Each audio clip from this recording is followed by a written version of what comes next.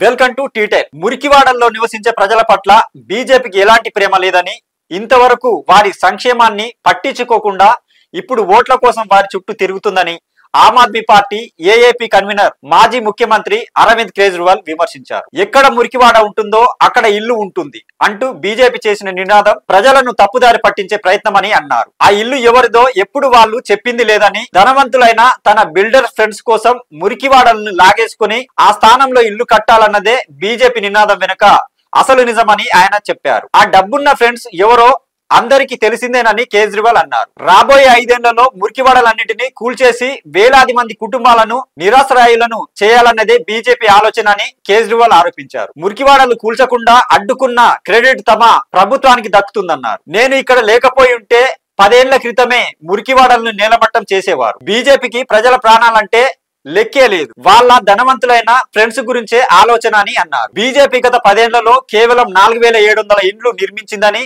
ఆ ప్రకారం చూస్తే మురికివాడల్లోని ప్రజానీకానికి ఇల్లు కట్టించేందుకు బీజేపీకి 1000 ఏళ్లు పడుతుందని కేజ్రీవాల్ అన్నారు. పేదలకు ఇల్లు కట్టించి ఇవ్వాలనే ఆలోచనే బీజేపీకి లేదనేది అసలు వాస్తవం అని చెప్పారు. ఢిల్లీలోని ప్రతి స్లమ్ను కూల్చేసే సమగ్ర ప్లాన్ బీజేపీ దగ్గర ఉందని, ఏడాదిలోపు అక్కడి నివాసులను ఖాళీ చేయిస్తుందని, ఏ ఒక్కరిని విడిచిపెట్టదని హెచ్చరించారు. మురికివాడల్లో నివసించే ప్రజల పట్ల బీజేపీకి ఉన్న చిత్తశుద్ధిని నిరూపించుకోవాలని కేంద్ర హోంశాఖ మంత్రి అమిత్ షాకు కేజ్రీవాల్ సవాల్ విసిరారు. గత 10 ఏళ్లలో మురికివాడల కూల్చివేతకు సంబంధించిన కొన్ని కోర్టు కేసులు అమిత్ షా ఉపసంహరించుకోవాలని నేను సవాల్ చేస్తున్నాను.